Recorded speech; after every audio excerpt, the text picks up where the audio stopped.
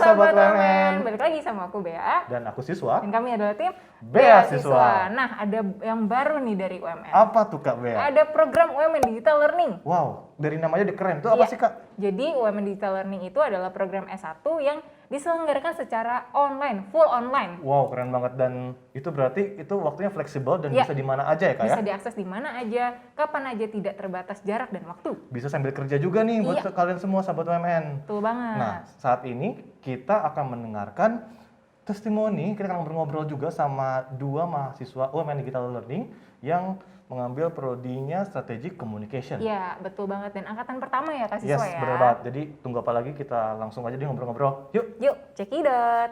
Nah, sahabat teman semua yang di rumah, sekarang kita udah kedatangan dua narasumber yang keren nih, yang asik nih.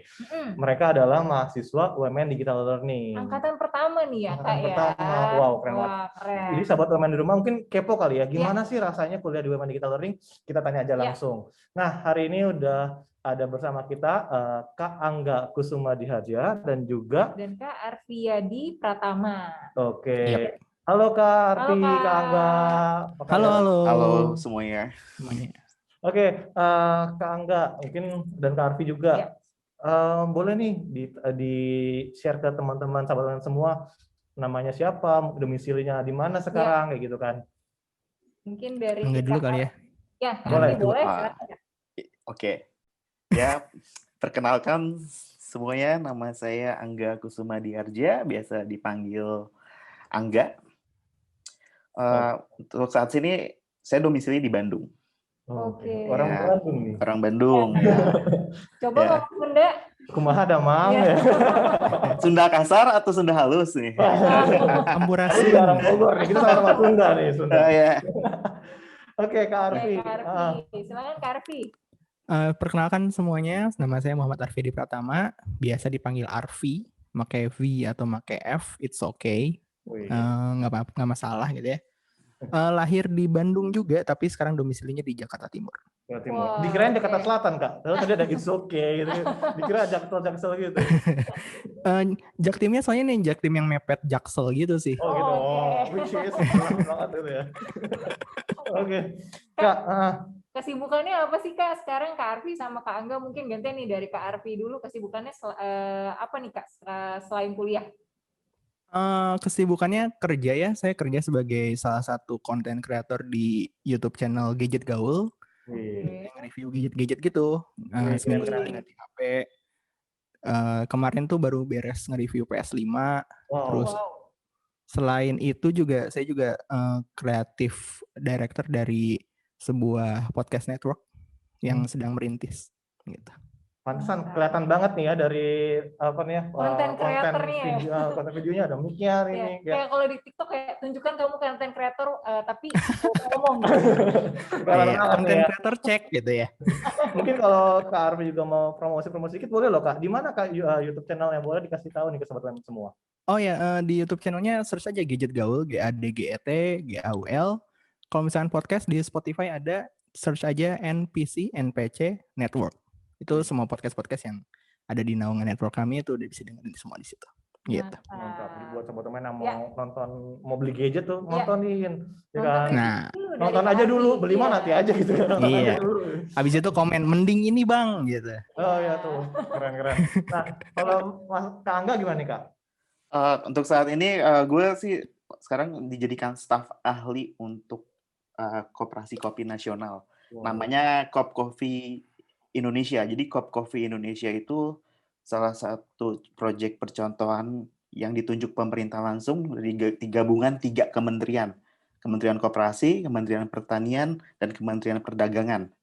Jadi Koperasi Kopi Nasional ini lebih ke arahnya nanti konsepnya lebih ke digital. Lebih ke coffee startup-nya lah. Karena saat ini kita lagi develop digital blockchain dan saya di sana sebagai Head of Coffee Laboratory-nya. Jadi ya lebih ke teknis di lapangannya bagaimana sih kopi gitu. Jadi ini salah satu proyek percontohan pertama yang emang ya istilahnya koperasi kopi pertama lah untuk dari Indonesia gitu. Nah, sebelumnya emang sebelumnya harusnya project ini diperuntukkan di Belgia, Mbak Bea, Mbak siswa. Soalnya karena harusnya tahun lalu itu, karena sebelumnya emang saya tinggal di Eropa selama 7 tahun, baru pulang tahun kemarin, karena efek pandemi dan proyeknya juga ditarik dari pemerintah, di-cancel ya untuk program-program di luar negeri, dana ditarik oleh pusat. Nah, akhirnya jadi bikinnya sekarang di Bali. Gitu. Wow, keren ya, sekarang udah ada koperasi kopi. Iya, berarti memang Kak Angga juga dari dulu memang di dunia Di industri kopi ya, kayak di perkopian ya, perkopian ya baru 5 tahun sih. Sebelumnya start kopi di London sebagai barista. Gitu. Dulu emang niatnya emang kuliah di sana karena keasikan kerja, kuliahnya dilupain gitu. Berarti udah banyak baik itu Kak Angga sama Kak Arfi juga ada banyak pengalaman kerjanya juga nih ya. Betul. Jadi sambil kuliah juga sambil bekerja dan udah sangat-sangat keren banget sih. Iya. Nah, mungkin juga sahabat teman semua juga pengen tahu nih dari sekarang Kak Angga dulu deh. Kenapa sih kok pilih buat S1 buat kuliah online di UMN Digital Learning? Saya tahu ini waktu tepat tanggal 27 Desember pas lagi tidur siang. Pas tidur siang tuh emang sering TV dinyalain tuh ya. Nah, datangnya dalam mimpi loh Pak. Enggak. Tidur siang. Kebetulan pas itu lagi channel lagi di Kompas tuh. Emang saya sering nonton berita, emang sering. Pas kebangun jam 3 sore, sekitar jam 3 sore. Ini lagi nge-review tentang UMN. Kalau nggak salah tuh pas diwawancara itu Mbak Helga tuh lagi diwawancarain sama TV kalau nggak salah. Nah, dari situ penasaran, saya cari Google, oh ya udah, saya coba daftar. Emang sebelumnya saya nunggu udah apply ke kampus-kampus lain, tapi belum pada ada jawaban. Dan akhirnya ya saya mutusin UMN dulu karena sangat kebantu banget nih kayaknya digital learning tuh waktunya lebih fleksibel gitu. Gitu sih. Dan apalagi wangsitnya dari tidur kayaknya. Wangsitnya dari tidur itu. Mimpinya. Dari mimpi gitu kan. Nyalain TV. Ya lucu aja kebangunnya kan pas lagi bahas itu gitu kan. Bangun. Saatnya kuliah gitu. Kayak ya sangat terbantu juga dengan waktu yang fleksibel dan juga kan lokasi juga di Bandung gitu kan. Jadi bisa dari jarak jauh juga. Nah, kalau Kak Arfi gimana nih, Kak? Kalau saya sendiri itu dapat rekomendasi dari teman. Jadi kebanyakan ya banyak kayaknya banyak juga YouTuber dari UMN ya. Iya. Itu terus S1-nya. Terus beberapa teman-teman dari reviewer gadget juga banyak yang dari lulusan UMN terus lagi nyari juga, dan mereka yang ngasih tahu kalau misalkan ini nih ada kelas baru, kelas UDL ini yang digital learning gitu kan. Ini cocok banget buat sekarang banget lagi pandemi gini kan dan segala macam, perkuliahannya tuh secara digital, tugas dan segala macamnya, terus juga pembelajaran dan lain-lainnya juga sangat mandiri banget dan segala macam. Terus tertarik kayak ya udah cobain daftar, dan ya di sini diwawancara sama teman-teman Mas siswa sama Mbak Bea gini. Nah, kan UMN Digital Learning kan baru batch 1 nih, baru angkatan pertama. Aku sebenarnya kepo sih, kenapa kakak sekalian kok mau mau untuk kuliah di UMN Digital Learning, apalagi kan baru angkatan pertama, biasanya tuh orang masih ragu-ragu ya. Nah, kenapa nih Kak? Apa yang bikin kakak yakin untuk pilih UMN Digital Learning? Sebenarnya jujur karena memang nyari yang basis internet aja gitu kan, si perkuliahannya gitu. Kalau misalkan harus ke kampus gitu dan segala macem, takutnya bentrok sama jadwal kerja. Soalnya kan kalau misalkan mungkin teman-teman yang kerjanya jamnya tetap gitu ya, jam 9 to 5 itu kan enak. Cuman misalkan kerjaan saya kan waktunya fleksibel, bahkan jam-jam yang nggak harus kerja pun biasanya juga dikerja gitu. Tapi di jam-jam yang harusnya kerja bisa libur dan segala macem gitu kan. Dan karena nyari yang bisa fleksibel itu ya akhirnya ditimbang-timbang ternyata yang perkuliahan si UDL ini cocok gitu sih.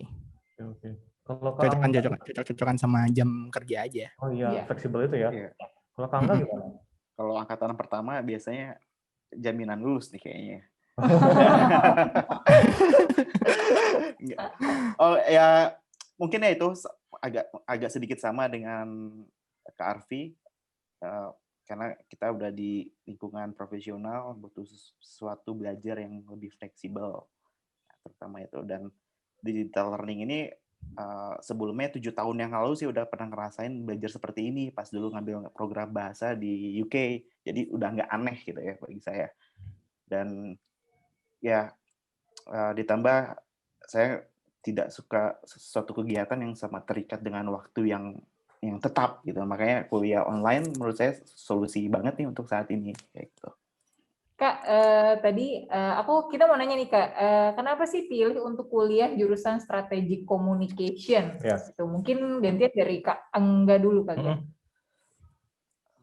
Saya pilih kuliah Strategic Communication karena pada saat ini yang dibuka Strategic Communication kalau secara rasionalnya.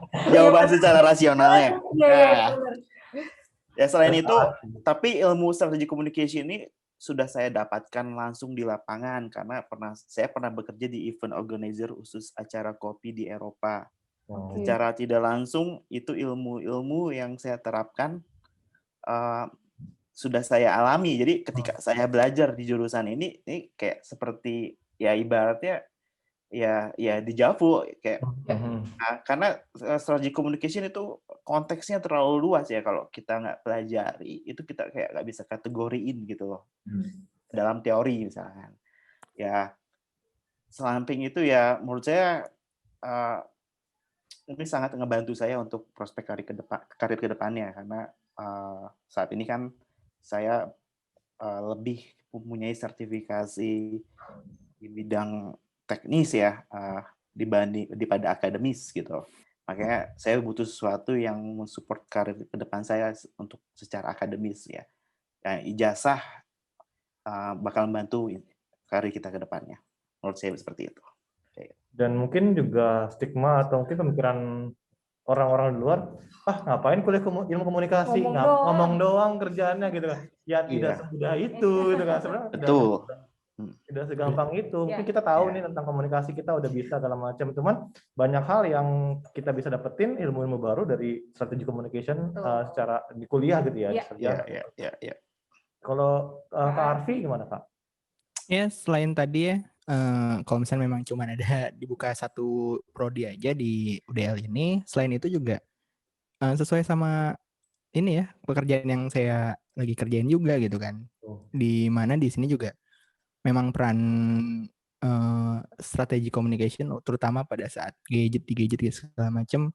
Sekarang juga media sosial udah makin pesat, ilmunya pasti cabang-cabangnya makin luas gitu. Enggak mungkin kalau misalkan dulu saya ngobrol sama orang tua gitu kan, mau kuliah komunikasi terus ngapain, mau ini jualan iklan gitu kan, atau mau jadi ya apa gitu segala macam. Kalau sekarang kan ternyata fungsi dari sosial media itu berkembang pesat.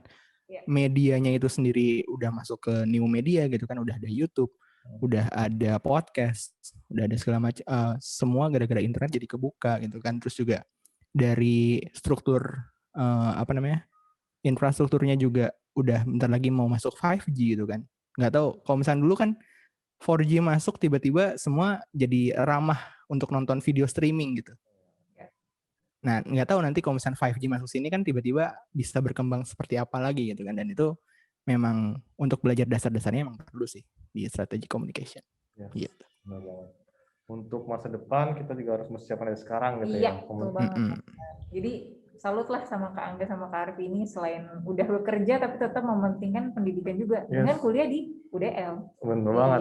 Nah, sejauh ini Kak, kan baru berapa bulan ya mulai belajar online di UDL. Itu gimana sih Kak rasanya kuliah di UDL? Dari apa ya, terserah saya dulu kali ya. Boleh. Soalnya Angga pasti banyak nih. Saya dulu aja ya. Kalau misalkan dari saya sendiri sih sesuai ekspektasi ya, dalam artian semua tugas-tugas dan segala macam dikerjakan memang secara digital, nggak ada lagi tuh harus jalan ke ruang dosen gitu untuk ngumpulin tugas gitu kan, belum kalau misalnya dosen lagi makan siang apa segala macam kan. Sekarang karena memang basisnya udah digital seperti itu gitu kan, termasuk kayak misalnya kuis terus dan lain-lain, dan model-model udah juga make video gitu kan. Sekarang si pembelajaran yang kalau misalnya asinkron gitu, yang tidak tatap muka. Dan kalau misalnya nonton video enaknya ya itu bisa di save dulu gitu kan, nontonnya sambil di jalan, sambil pas waktu lagi senggang gitu kan, lagi tiduran gitu segala macam, jadi lebih nyaman gitu kalau dari saya sih. Kalau Angga mungkin banyak nih, silakan. Dikit kok, sama jawabannya. Enggak. Harusnya pertanyaannya di rumah itu, Mbak Bea mahasiswa. Apa tuh? Harusnya gimana tuh? Gimana rasanya Arfi jadi ketua kelas untuk semua mata kuliah? Oh gitu. Ternyata kita mengundang ketua kelas ya. Harus pertanyaannya begitu harusnya.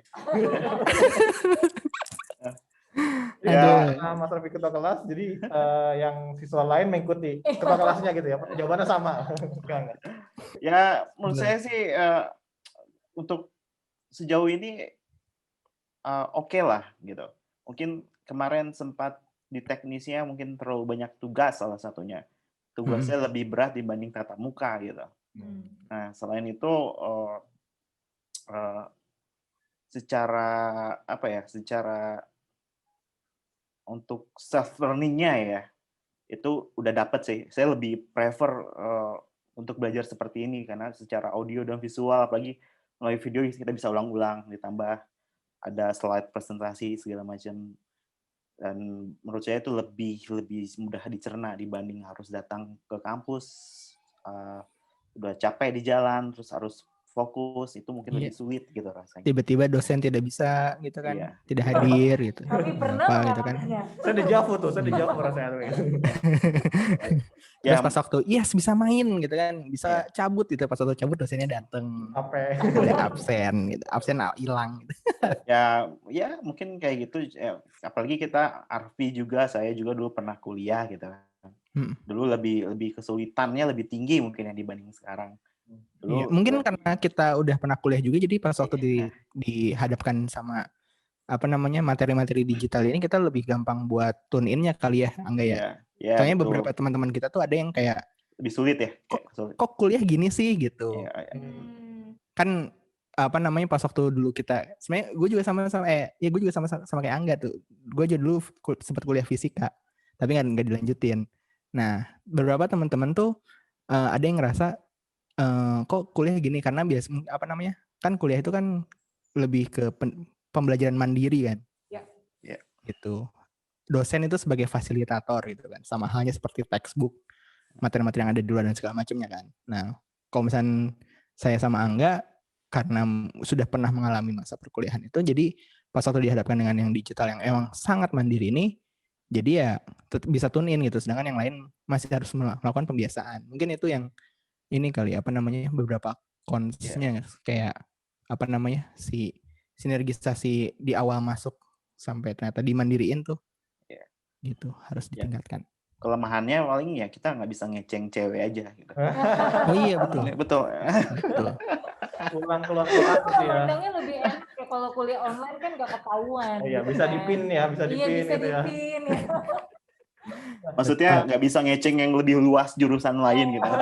Iya, betul. Nggak bisa nyobain kantin fakultas lain ya. Iya.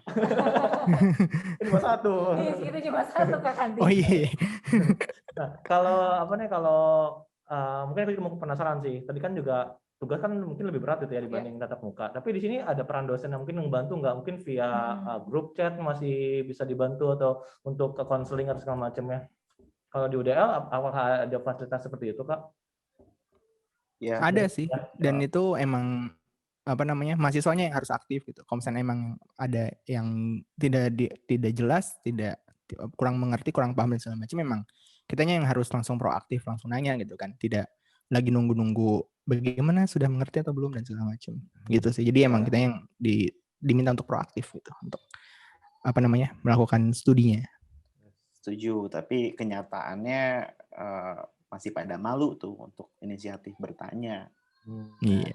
Semenjak kuliah UDL, grup di WhatsApp saya makin nambah banyak banget. Setiap mata kuliah pasti ada grupnya. Iya. Grup tugas ini, grup tugas Iya. ini gitu ya. Iya.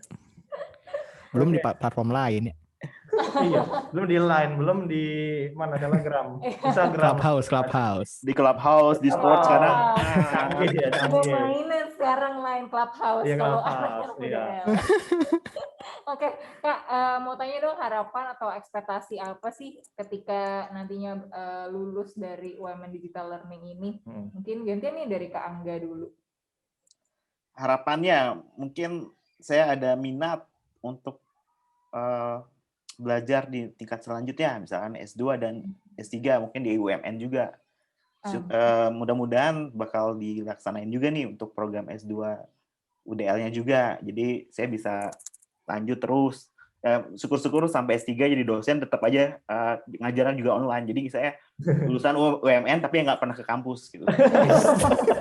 Ini harapan Siapa tahu jadi rektor UDL online. Iya, rektor UGM tapi nggak pernah ke tempatnya gitu. Ini saya baru dengar sih cita-cita seperti ini sih. Luar biasa. Kalau dari Kak Arfi? Harapannya nanti setelah lulus ya, bisa memanfaatkan ilmu dengan baik. Wah, normatif sekali ya jawabannya. Harapannya itu tadi bisa melanjutkan ke jenjang studi yang lebih lanjut ya, sama kayak Angga. Dan harapannya sih dengan kan kita kan ini juga sebagai pionir ya, pionir UDL gitu kan. Harapannya sih dengan adanya ini semoga bisa merambah ke bahkan ke universitas lain juga gitu, bahwa sekarang udah bisa loh melakukan kuliah tanpa harus datang fisik gitu kan. Maksudnya dalam artian beberapa teman kan kadang-kadang ada yang misalkan contoh ini Angga yang dari Bandung gitu kan. Kuliah di Jakarta tuh biasanya orang-orang Bandung tuh males. Karena biaya hidup biasanya alasan orang Bandung males kuliah di Jakarta adalah biaya hidup dan makanannya tidak seenak Bandung. Ya. Kebalikannya orang Jakarta pada ke Bandung semua kuliah ya. Iya, nah itu. Nah, adanya UDL ini kan jadi bisa membuka lebih luas lagi gitu kan. Terutama teman-teman yang dari luar dari pusat kota atau luar daerah dan segala macam, tapi udah terjangkau internet gitu kan, bisa melakukan kuliah gitu di kampus-kampus yang mereka inginkan gitu. Contohnya UMN ini, UDL. Gitu. Dan bisa asik ya, jadi closing bagus ya. Kuliah di mana aja dan ada akses pendidikan untuk teman-teman yang mungkin udah bekerja tapi belum kuliah gitu ya Kak ya. Iya, itu juga bisa. Karena fleksibilitas waktunya juga kan seperti itu. Kayak kuliah sambil kerja ya di UDL. Ya, gitu tadi kan Kak Arfi dan Kak Angga bilang ya udah nanti kalau misalnya lagi ngapain puter perkuliahan video perkuliahan UDL. Iya. Bisa dimasukin kapan aja. Kalau kuliah reguler kan nggak bisa tuh. Seperti kelas karyawan lah mungkin ya. Kalau ada kelas karyawan tapi versinya digital gitu ya. Lebih enak sih. Mungkin boleh nih diajak nih kepada masyarakat Indonesia, masyarakat luas untuk masuk nih untuk join mengikuti jejak Kak Arfi dan Kak Angga di UDL. Ya. Saya dulu aja biar Arfi nanti closing ya. Boleh. Karena biasanya nih kalau YouTuber biasanya lebih ini ada Arfi salah tempat. Gitu ya. Arfi harusnya di sana bertiga tuh di situ. Atau jangan ya di subscribe channel ini jangan ya, beda nanti. Jangan lupa like, komen. Ya mungkin bagi saya untuk ngajak ke teman-teman atau lingkungan sekitar, apalagi saya udah di usia di kepala 3 ya. Ini salah satu solusi kalau belajar tuh tidak kenal batasan umur. Jadi tidak usah takut misalkan harus mengulang S1 atau D3 dengan usia yang menurut itu udah tua ya, masuk kategori tua untuk belajar. Jadi tidak usah minder. Jadi di UDL ini sebenarnya ngebantu banget untuk memberantas gap umur untuk belajar itu. Seperti itu sih bagi saya. Dan saya lebih mengarahkan ini untuk teman-teman yang mau semangat masih mau belajar tapi udah tua nih, saya lebih cenderung mempromosikan ini ke usia yang di atas 30 mungkin atau yang sudah bekerja. Kalau untuk usia yang di under 25 dan lain-lain itu mungkin masih pada punya semangat jiwa untuk main. Jadi buat apa saya menganjurkan kuliah online, karena kan umur-umur under 25 kan kayak kuliah tuh kayak pengen kontak fisik, lebih ke pengen main dan lain-lainnya. Bagi saya di usia saat ini networking saya sudah cukup. Jadi yang saya fokuskan ya selain bekerja ya juga belajar ilmu-ilmu baru lah, contohnya di strategi communication ini. Cukup. Nggak ada kata terlambat ya. Jangan takut untuk kuliah, dan kuliah bisa secara online fleksibel di UMN Digital Learning. Iya. Lanjut, Kak Silakan Kak Arfi closing. Saya Arfi. Salah konten YouTube. Posisi kita digeser. Iya nih, lama-lama jadi satu orang ini. Podcast ini nanti ya. Jadi buat teman-teman yang lagi nonton ini, terutama buat tadi sudah disebutkan sama Kak Angga juga, usia-usia yang mungkin bisa dibilang kayak kok masih kuliah dan segala macam, itu jauh-jauhi aja pikiran-pikiran kayak gitu. Tidak ada kata terlambat tadi, benar, untuk mencari ilmu.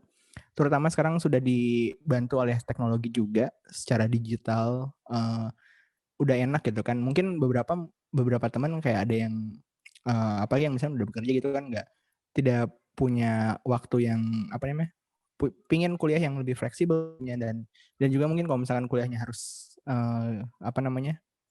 gabung sama kelas reguler, mungkin kayak takut dikira udah tua apa segala macam gitu kan, minder apa segala macam. Tapi di UDL UMN ini tuh lebih nyaman, lebih fleksibel, terus juga kebetulan menyaring teman-teman mahasiswa yang emang satu pengalaman juga, udah bekerja juga dan segala macam, jadi lebih enak gitu buat bersama-sama menyelesaikan studi S1 di strategi communication ini. Betul. Mana lah saya Arfi? Ini adalah bukan. Jadi dengar omongan Kak Arfi itu jadi ingat bersatu kita teguh, bersatu kita lulus. Iya. Kita nggak lulus.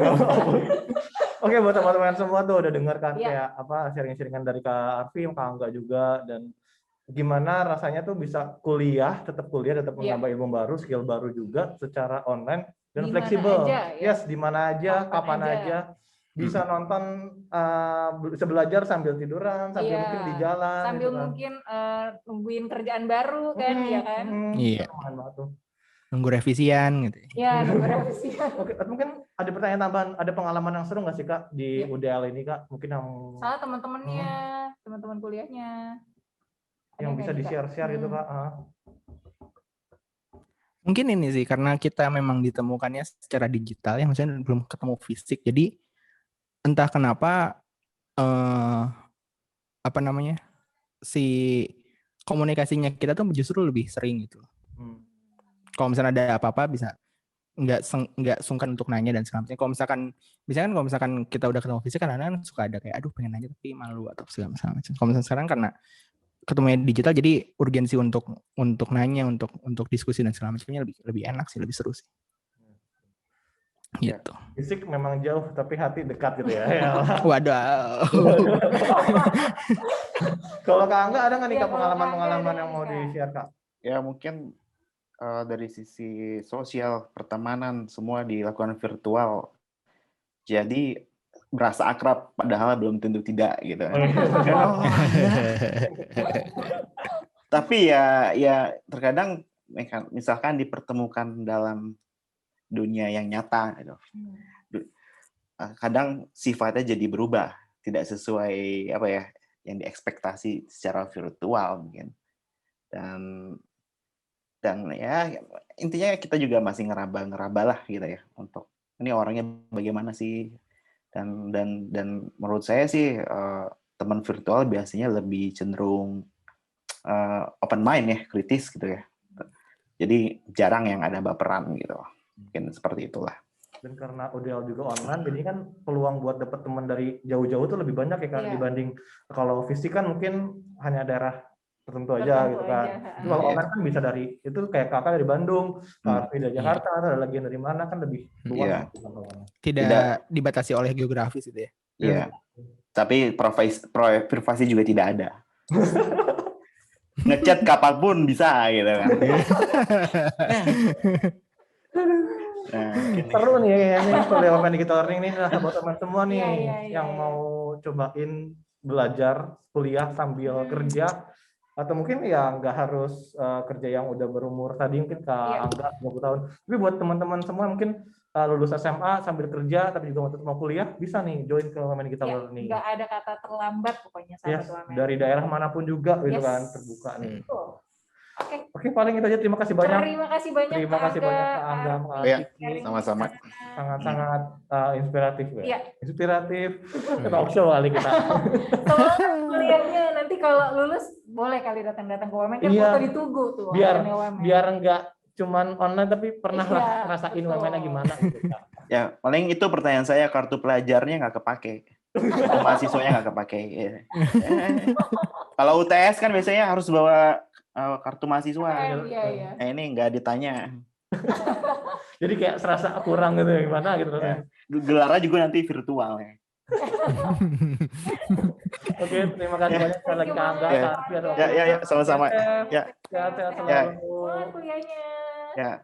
Nah, tadi kita udah dengar kan sharing dari Kak Angga dan Kak Arfi tentang Women Digital Learning Program Studi Strategic Communication. Bener banget. Betapa kerennya, serunya kuliah online dari mana aja dan bisa juga sambil kerja. Karena mereka aja udah kerja dan sambil kuliah S1 Strategic Communication di UDL. Jadi tunggu apa lagi buat kalian semua, sahabat WMN, langsung aja deh daftar Women Digital Learning di sini ya. Dan jangan lupa untuk cari tahu informasi selanjutnya tentang Women Digital Learning di Instagramnya di sini. Jangan lupa di follow karena di situ juga akan ada informasi mengenai tes beasiswa serta info session yang harus kamu ikutin. Langsung aja daftar ke Women Digital Learning. Sampai jumpa di Women Digital Learning. Bye-bye.